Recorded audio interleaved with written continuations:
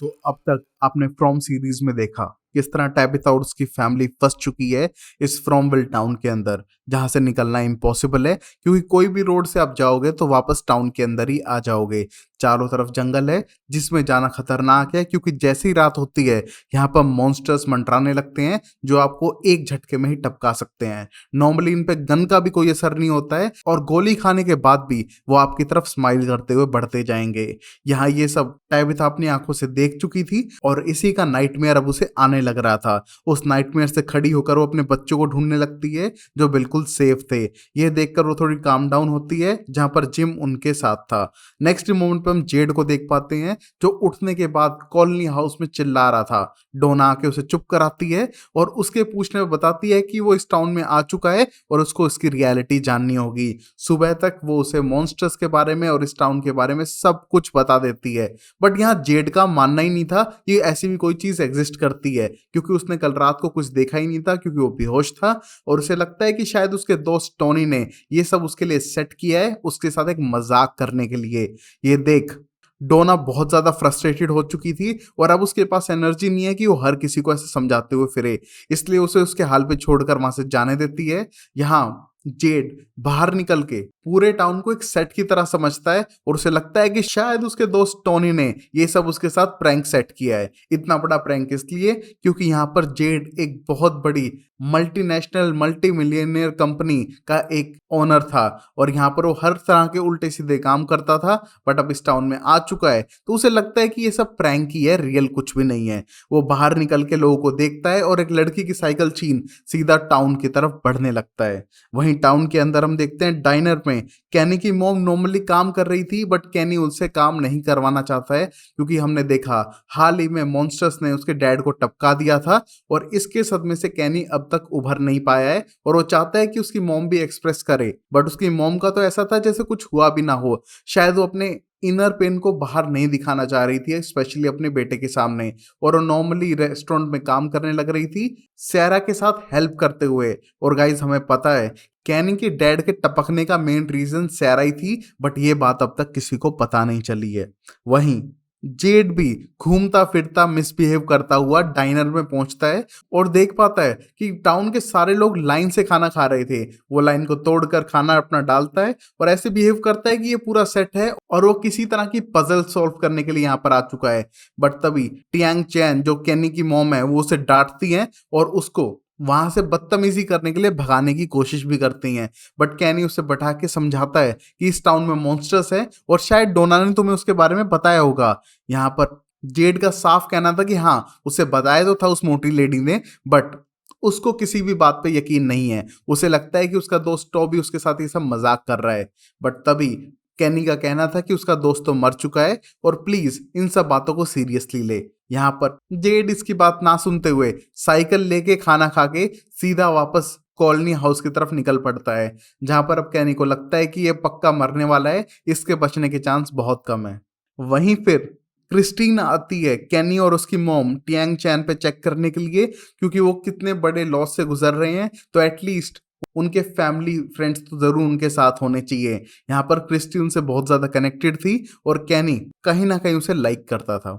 वहीं हम जेड को भी देख पाते हैं जो कॉलोनी हाउस पहुंचने से पहले एक अंडरग्राउंड रूम को देख पाता है जो बहुत ही ज्यादा ओल्ड एंड क्रीपी था।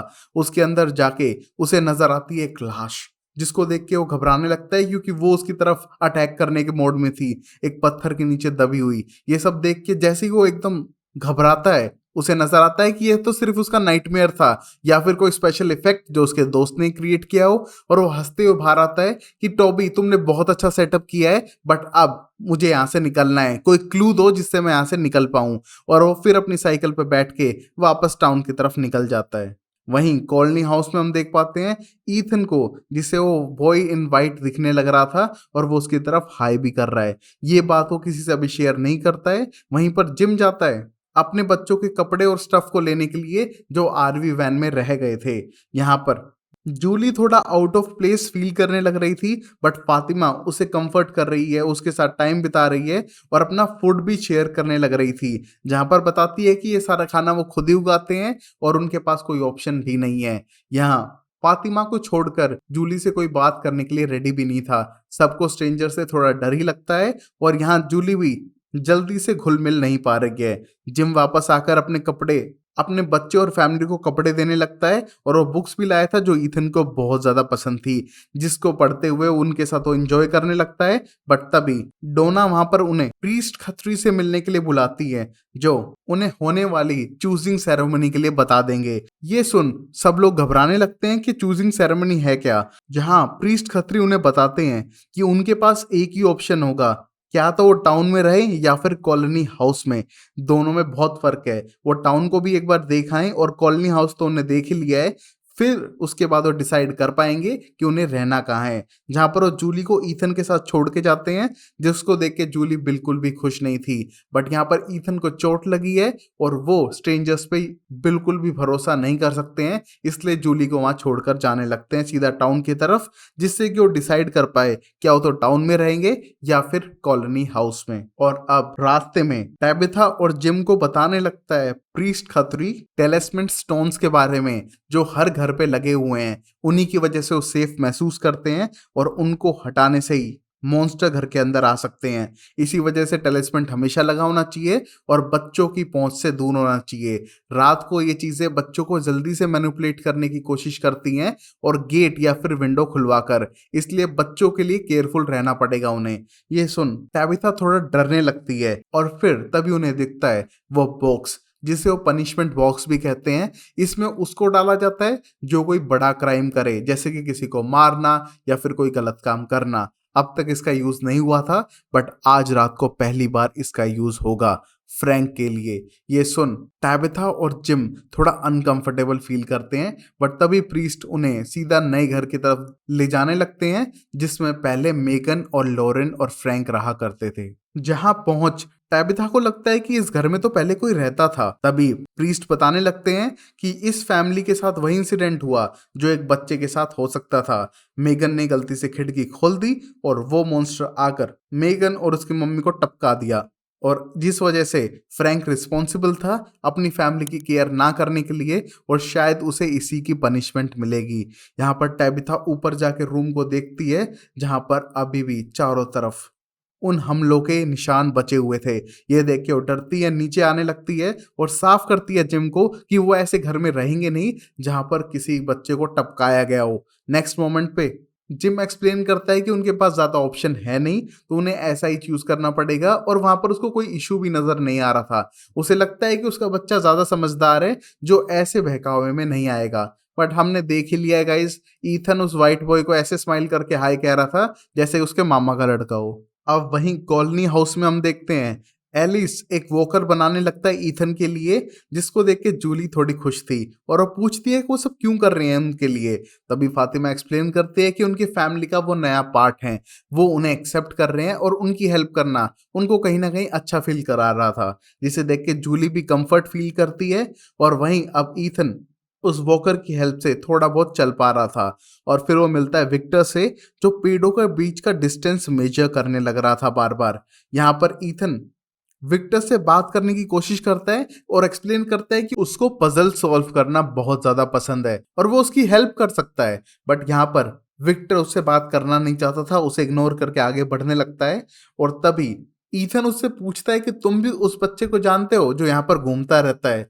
ये सुनकर विक्टर बोलता है कि वो तुम्हें नजर आया था, इतने दिनों बाद वो नजर आया है तो शायद उसने तुम्हें चूज कर लिया है। ये सुन विक्टर अब उससे बात करने लगा था और बताता है कि वो किस तरह ट्रीज के बीच का डिस्टेंस फाइंड करने की कोशिश कर रहा है, जो हमेशा चेंज होता रहता है। बट तभी विक्टर को देख जूली बहुत ज्यादा अनकंफर्टेबल होती है और तभी अपने भाई ईथन को अंदर बुला लेती है। तभी ईथन बोलता है कि वो तो नॉर्मली बात कर रहा था उससे पेड़ों के मूवमेंट के बारे में। ये सुन जूली बोलती है कि पेड़ों का मूवमेंट बहुत ही ज्यादा क्रीपी बात है, वो पागल है, उससे दूर रहो तो बेटर है। बट यहाँ पर ईथन को तो विक्टर अच्छा लगा था, जैसे कि उसका नया दोस्त। वहीं बॉयड सुबह से ही परेशान है क्योंकि वो फ्रैंक को पनिशमेंट नहीं देना चाहता है। ये उसका कभी भी थॉट था ही नहीं उस पनिशमेंट बॉक्स को यूज करने का, वो सिर्फ डराने के लिए था। यहाँ पर अब बॉयड बहुत ज्यादा फ्रस्ट्रेटेड है और फ्रैंक से जाके मिलता है कि वो लास्ट कोई ख्वाहिश हो तो पूरी कर ले। यहाँ पर वो फ्रैंक के साथ जंगलों में जाता है, जहां फ्रैंक उसे बताने लगता है कि इस स्विंग पे उसकी बेटी बहुत ज़्यादा झूला करती थी। यही एक प्लेस है जहाँ पर उसकी सबसे ज़्यादा गुड मेमोरीज़ थी और अब वो उन्हीं के पास चला जाएगा। प्लीज़ उसको वहीं पर दफ़नाना जहाँ पर उसकी बेटी और वाइफ़ थे। ये सुन बॉयड बहुत ज़्यादा इमोशनल होने लगता है और उसे बुरा लगता है कि वो किसी को पर्सनली ऐसे हर्ट नहीं करना चाहता है। बाद में वो प्रीस्ट खतरी से जाके मिलता है और एक्सप्लेन करता है कि बॉक्स तो सिर्फ़ डराने के लिए था, यूज़ करने के लिए कभी नहीं था। बट तभी प्रीस्ट का कहना था कि अगर उसने आज पनिशमेंट नहीं दी तो कल लोग उससे डरेंगे नहीं और अगर डरेंगे नहीं तो रूल फॉलो नहीं होंगे, फिर से कोई बड़ा क्राइम हो सकता है तो उसको ये करना ही होगा। प्रीस्ट का कहना था कि वो इमोशनल नहीं हो सकता है, वो लीडर है, उसको ऐसे फैसले लेने पड़ेंगे लाइफ में जो लॉन्ग टर्म पीस के लिए जरूरी हैं। वर्स्ट प्रीस्ट है और फिर जाने लगता है सीधा फ्रैंक के पास, जहां पर फ्रैंक अपने कमरे में था और उसके पास जाके वो टेलिस्मेंट देता है और रिक्वेस्ट करता है कि टाउन के बाहर अंडरग्राउंड रूम है, वहां जाके ये टेलिस्मेंट लगाए और अपनी नई जिंदगी स्टार्ट करे। वो कह देगा टाउन से कि वो चला गया यहाँ से, वरना उसकी पनिशमेंट तो पक्का है। अब उसके पास एक और चांस है जिंदगी जीने का, प्लीज ये टाउन छोड़ के चला जाए। ये कह के गुस्से में बॉयड वहां से जाने लगता है क्योंकि वो अपने हाथों किसी निर्दोष की ऐसी पनिशमेंट नहीं सोच सकता है। नेक्स्ट मोमेंट पे हम देखते हैं जिम की फैमिली को, जिसे अब चूज करना था टाउन तो स्टोन और कॉलोनी हाउस तो फ्लावर, जहां पर कॉलोनी हाउस आज में जीना पसंद करता है और टाउन अपने घर वापस जाने की एक होप में कुछ ना कुछ नया करता रहता है। ये सुन जिम की फैमिली सोच ही रही थी, बट तभी फ्रैंक वहां पर आता है जिसको देख बॉयड गुस्सा होने लगा था। उसको यहाँ नहीं आना था बल्कि यहाँ से दूर भाग जाना था। बट तभी फ्रैंक का कहना था कि उसने अपनी पनिशमेंट को एक्सेप्ट कर लिया है। जब उसकी बेटी और वाइफ ही नहीं रहेंगे तो जिंदा रह के करेगा क्या? जब वो जिंदा थे तो क्रिसमस में उनके साथ सेलिब्रेट करता था। आज अगर वो घर चला भी जाए तो ना उसकी फैमिली होगी सेलिब्रेट करने के लिए, तो वो अपनी पनिशमेंट एक्सेप्ट करता है और वापस ला के देता है उस टेलिस्मेंट को बॉयड से। और सब लोग इमोशनल होने लगते हैं क्योंकि कोई भी नहीं चाहता था कि फ्रैंक अपने आप को इस तरह पनिश करे। ये देख जेड वहां पर आता है और उसको ये सब कुछ ड्रामा लगने लगता है। ये सुन बॉयड बहुत ज्यादा गुस्सा हो चुका था, उसे जबरदस्ती खींचते हुए ले जाता है और उसको ऑप्शन देता है फ्लावर या फिर स्टोन।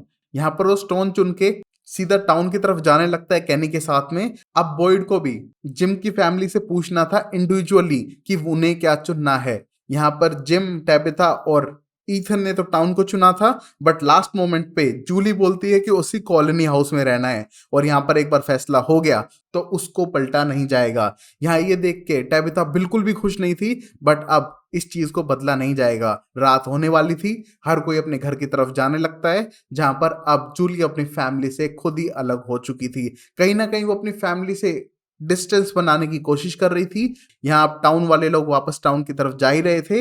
यहाँ पर कैनी जेड को ले जाता है सीधा टॉबी की ग्रेव के पास, जिसे देख पहले तो जेड को लगता है ये सब मजाक है, बट तभी उसे सब कुछ समझ आने लगता है। यहाँ पर उसका दोस्त टॉबी सच में खत्म हो चुका है। यहाँ पर वो डर के सब नाइटमेयर को इमेजिन नहीं कर पाता है और बैठ के रोने लगता है। नेक्स्ट मोमेंट पे फ्रैंक को भी पनिशमेंट मिलनी थी, जो खुद ही उस बॉक्स के अंदर जाके बैठ चुका था। और ये सब देख हर कोई इमोशनल है।